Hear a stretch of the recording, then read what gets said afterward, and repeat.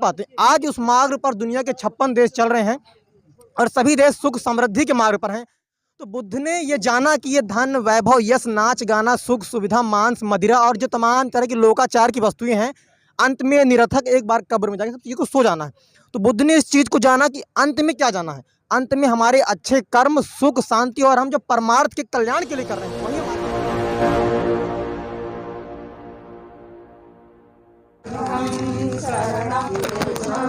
बुद्ध ही बुद्ध है, हर घड़ी हर जगह वो सिद्ध है, वो बुद्ध है।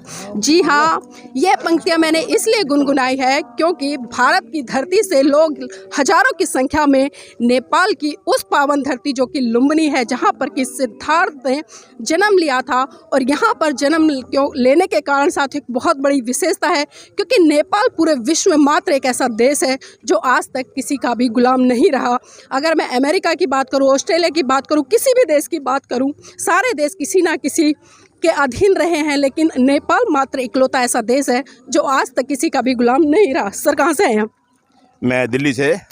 सर दिल्ली से हैं तो जानना चाहूँगी आज इतना भव्य कार्यक्रम यहाँ पर रखा है तो इसके पीछे उद्देश्य क्या है? इसका उद्देश्य ये है कि 14 अक्टूबर सन 1956 में doctor B are Ambedkar ji ने जो दीक्षा ली थी, उनके उस कार्यक्रम को आगे बढ़ाने के लिए हम सब लोग यहाँ पूरे भारत के कोने कोने से लोग यहाँ एकत्रित हुए हैं और ये बौद्ध धर्म के परचम को फहराने के लिए हम सब यहाँ दृढ़ संकल्प है और हम यहाँ से एक संकल्प लेकर के जाएंगे कि पूरे भारत को हम बौद्धमय बनाएंगे, बौद्धमय बनाएंगे। जी सर, अक्सर हम देखते हैं जो सफेद वस्त्र होते हैं, कहीं ना कहीं दूसरी संस्कृति के लोग उसको देखते हैं कि किसी के घर मातम पसरता है, कोई दुर्घटना हो जाती है, कोई मर जाता है तब पहनते हैं, लेकिन आज यहाँ पर बहुत सारे लोगों ने सफेद वस्त्र पहने हैं। इसके पीछे कारण क्या है? नीलम जी, श्वेत वस्त्र जो होता है शांति का प्रतीक होता है। चाहे कोई डेथ हो, वो कहाँ असीम शांति में चला गया ना, वो शांत हो गया। श्वेत वस्त्र हमारे जो अंतर मन को शांति की तरफ ले जाता है। इसलिए हम सभी लोग, और दूसरे ये जो पवित्र जन्मस्थली है तथागत गौतम बुद्ध की, यहाँ पर उनका जन्म हुआ है। हम कहते हैं भले ही उन्होंने शेष अपना जन्म के बाद का शेष समय भारत में गुजारा हो, नेपाल अभी चूंकि भारत का अंग नहीं रहा, अलग हो गया है, तो हमारे अंदर कहीं ना कहीं ये बात है कि तथागत गौतम बुद्ध हमारे थे और हम उसकी पवित्र भूमि पर आज ये शपथ लेते हैं, इसलिए आए हैं कि हम संपूर्ण भारत को शांति में, गौरव में और बुद्ध में बनाएंगे। ये हमारा प्रण है और हमारा विश्वास ही नहीं, इतने सारे लोगों का हजूम आपको ये बताने के लिए काफ़ी है कि हम लोग शांति की खोज में हैं और संपूर्ण भारत को बौद्ध में बनाएंगे। सर जानना चाहूँगी, आपने गले में ये कुछ कलरफुल पटका पहना हुआ है, तो इसमें जो रंग है वो किस किस चीज़ के प्रतीक है? नीलम जी, ये जो पंचशील है और पंचशील के अंदर हम प्रेरणा लेते हैं कि हम सभी जो हमारे जो दुश्मन हैं, मन की अशांति के प्रतीक हैं, हम कभी नशा पत्ता नहीं करेंगे, किसी जीव का दिल नहीं दुखाएंगे, प्राणी हिंसा नहीं करेंगे, चोरी नहीं करेंगे, मांस मछली नहीं खाएंगे। तो ये सब पंचशील जो 5 रंगों के प्रतीक इस बात का द्योतक है कि हम अपने मन में अष्टांग मार्ग को लेते हुए शांति के प्रति सजग रहेंगे और हमारे मन में किसी तरह के दूषित विचार नहीं आएंगे, कुलसित विचार नहीं आएंगे।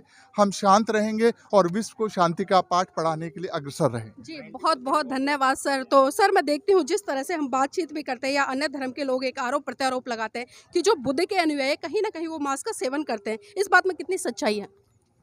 देखिए, हर धर्म में, किसी भी धर्म में ये नहीं कहा गया कि हम मांस मछली खाएंगे।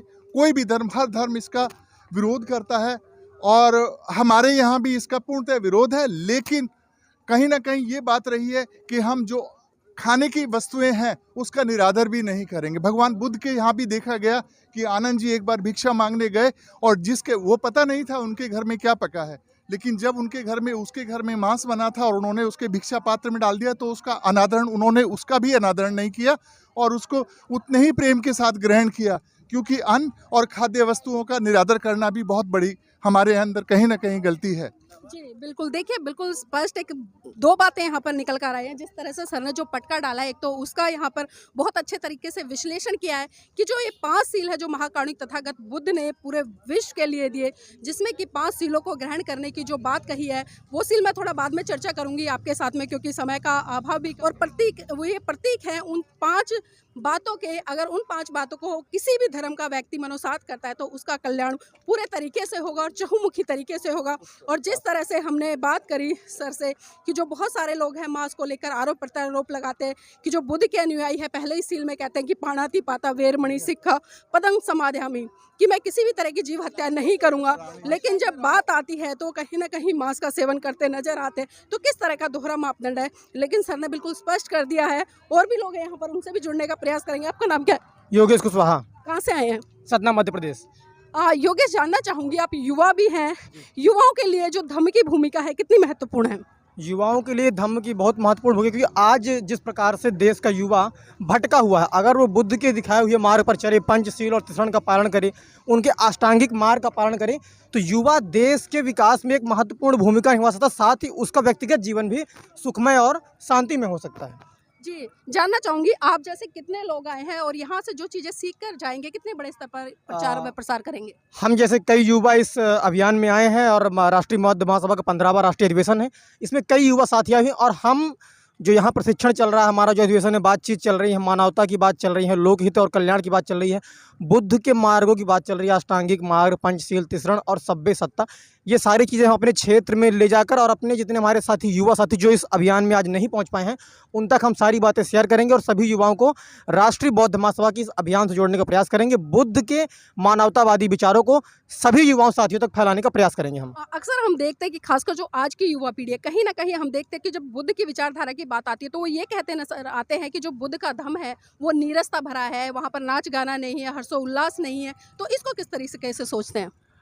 जैसा कि हम अगर बुद्ध के जीवन में प्रकाश डालें तो बुद्ध एक राजा के पुत्र थे। उन्होंने अपने जीवन में तमाम प्रकार के सुख, शांति, यश, वैभव सब कुछ देखने के बाद जैसा कि हम सिद्धार्थ उनका नाम था, जब वो राजकुमार थे उनका नाम सिद्धार्थ था, तो सिद्धार्थ से जो गौतम बुद्ध होने की कहानी, वो कहानी है कि उन्होंने रास्ते में एक बार देखा कि एक बच्चे का जन्म होता है, फिर वह उसका विवाह होता है, फिर वह वृद्ध होता है, फिर वो बीमार होता है और अंत में वो मृत्यु को प्राप्त होता है। तो बुद्ध ने ये जाना कि ये धन, वैभव, यश, नाच गाना, सुख सुविधा, मांस, मदिरा और जो तमाम तरह की लोकाचार की वस्तुएं हैं, अंत में निरर्थक, एक बार कब्र में जाके सब चीज़ों को सो जाना है। तो बुद्ध ने इस चीज़ को जाना कि अंत में क्या जाना है, अंत में हमारे अच्छे कर्म, सुख, शांति और हम जो परमार्थ के कल्याण के लिए कर रहे हैं वही हमारे साथ जाना है। तो बुद्ध ने अपना यश, वैभव, पत्नी, सुख, बच्चे सब कुछ छोड़कर वन वन भटक के उन्होंने तप करके और मानवता के कल्याण के लिए ये मार्ग खोजा। यदि हम ये चीज़ जाने कि अगर बुद्ध राजमहल में रहते हैं, राज करते हैं, भोग विलासता में रह जाते हैं, तो क्या वो पंचशील, त्रिशरण, अष्टांगिक मार्ग दे पाते? आज उस मार्ग पर दुनिया के 56 देश चल रहे हैं और सभी देश सुख समृद्धि के मार्ग पर हैं। इतने सारे लोग बुद्ध की विचारधारा जुड़े हैं, तो कोई किसी राजकुमार से नहीं जुड़े हैं। बुद्ध ने जो खोजा, जो उन्होंने अंदर से खोजा और जो ज्ञान उन्होंने विश्व को दिया, उसकी बदौलत आज इतने सारे लोग इस लुम्बिनी वन में और नेपाल में और तमाम 56 देश आज बुद्ध के अनुयायी है। तो कहीं ना कहीं बुद्ध ने इस चीज़ को समझा कि भोग विलासता एक पल के लिए अच्छा है कि चलो नाच गाना देख लिए, लेकिन अंत क्या है। लेकिन कुछ लोग ये भी कहते नजर आते हैं कि जो सिद्धार्थ थे, जो कि आज हम महाकाणिक तथागत बुद्ध के नाम से जानते हैं, उन्होंने ऐसा महान काम क्या किया? उन्होंने अपनी पत्नी को छोड़ा है, अपने बच्चे को छोड़ा है, तो इसमें कौन सी महानता हुई? इस पर क्या कहेंगे? जैसा कि हम सभी जाने, पत्नी या पुत्र को छोड़ना कोई महानता नहीं है, ठीक है, गृहस्थ भी एक जीवन है और ज़्यादातर लोग गृहस्थ जीवन जीते हैं। लेकिन अगर हमें ये मानव जन्म मिला है और सभी लोग गृहस्थ में ही रह गए, तो लोक कल्याण की चिंता कौन करेगा? युग युग में ऐसे महापुरुषों का अवतरण होता है जो व्यक्तिगत और परिवार और सिंहासन, इन सब चीज़ों से उभर कर लोक कल्याण और परमार्थ के लिए सोचते हैं। तथागत गौतम बुद्ध ऐसे ही व्यक्ति थे जिन्होंने लोक कल्याण और परमार्थ के लिए चिंतन किया। अगर सभी लोग पत्नी, पुत्र, परिवार में रह जाएंगे तो फिर कौन मानवता की बात करेगा? सांप्रदायिकता और धर्म में क्या फर्क है? सांप्रदायिकता में फर्क यह है कि यदि हम किसी चीज़ को अंधविश्वास से रूढ़ी मान लें कि बस ये है तो यही है, लेकिन जो बुद्ध का धर्म है वो वैज्ञानिक धर्म है, तर्क पर आधारित है। बुद्ध ने कहा, ऐसा नहीं कहा कि मैं जो कह रहा हूँ वही तुम मान लो। बुद्ध ने कहा पहले जानो, छानो और फिर मानो। अगर आपके तर्क या कसौटी पे कोई बात खड़ी उतर रही तो आप उसको मानो। बुद्ध ने ये नहीं कहा कि तुम मुझे भगवान मानो, अगरबत्ती लगाओ, मेरी पूजा करो। बुद्ध ने कहा कि जब मैं तुम्हारे तर्कों को संतुष्ट कर सकूँ तो तुम मुझे मानो, नहीं तो मुझे मानने की कोई अवस्था नहीं, किसी को ही मानने की। बुद्ध ने हर चीज़ को तर्क के आधार पर मानने के लिए कहा है, इसीलिए वह दुनिया के सबसे महान महामानव है।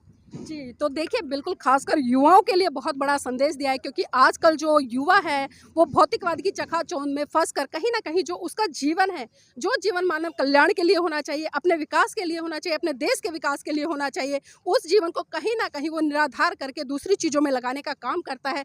तो यहाँ पर जो बुद्ध की आइडियोलॉजी है, जो बुद्ध का धम्म है, वो मनुष्य के विकास में कितने बड़े रूप से सार्थक हो सकता है, ये समझने का प्रयास आज की युवा पीढ़ी को करना चाहिए। और जिस तरह से स्पष्ट कर दिया है कि आज बुद्ध की आइडियोलॉजी को मानने वाले जो देश हैं, आप किसी भी देश को उठाकर देखिएगा उसका विकास कितने अच्छे तरीके से हुआ है। अगर मैं भारत देश की बात करूं, जहां पर बुद्ध जन्मे, पनपे, उनकी आइडियोलॉजी फैली, और जो देश के माननीय प्रधानमंत्री जी हैं, अगर विदेशों में जाते तो बड़े गर्व से कहते हैं कि मैं बुद्ध की धरती भारत से आया हूं, लेकिन कहीं ना कहीं हम देखते हैं कि भारत में वो बुद्ध की विचारधारा से युद्ध करते नजर आ रहे हैं। इस पर क्या कहना है?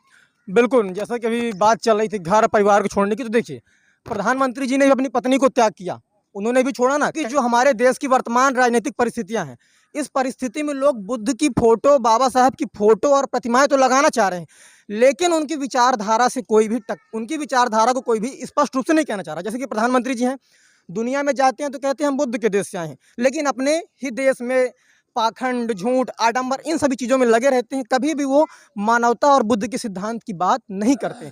तो दुनिया में परिचय के लिए, दिखावे के लिए कि हम बुद्ध की भूमि से आ रहे हैं, वो ज़रूर कहेंगे, लेकिन अपने देश में, अपने घर में जहाँ सच्चाई की आवश्यकता है, वहाँ वो उस प्रकार का सच नहीं बोलते हैं। कहीं न कहीं वो भी सच्चाई से कतरा रहे हैं, और इसी को कहते हैं कि जो अंधभक्त है ना, ये इसी ओर जा रहे हैं। तो देखिए बिल्कुल स्पष्ट क्या है, और भी लोग हैं उनसे भी जुड़ेंगे।